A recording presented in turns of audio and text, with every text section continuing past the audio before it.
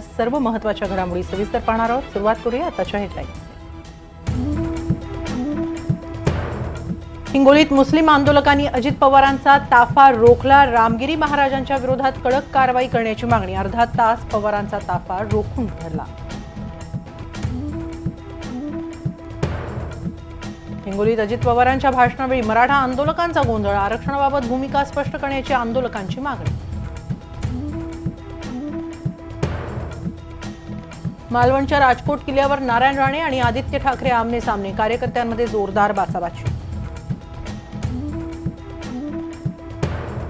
राणेंची बोलायची पद्धत आक्रमक, पण कुणाला धमकी देतील असं वाटत नाही। फडणवीसांकडून राणेंची पाठराखण, पुतळ्याचे राजकारण न करण्याचं आवाहन।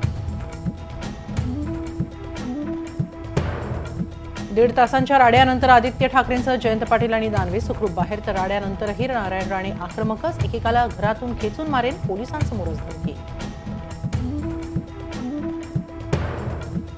मालवण राडेवेळी निलेश राणेंची पोलिसांशी अरेरावी। पोलीस अधिकाऱ्यावर धावून जातात, थेट पोलिसांना धमकी।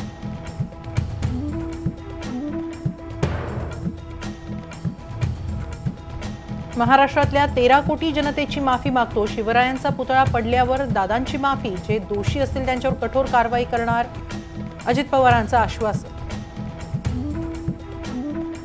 शिवरायांचा पुतळा पडल्याप्रकरणी मवियाचा एल्गार। रविवारी गेटवे ऑफ इंडिया समोरील शिवरायांच्या पुतळ्याजवळ सरकारला जोडे मारो आंदोलन।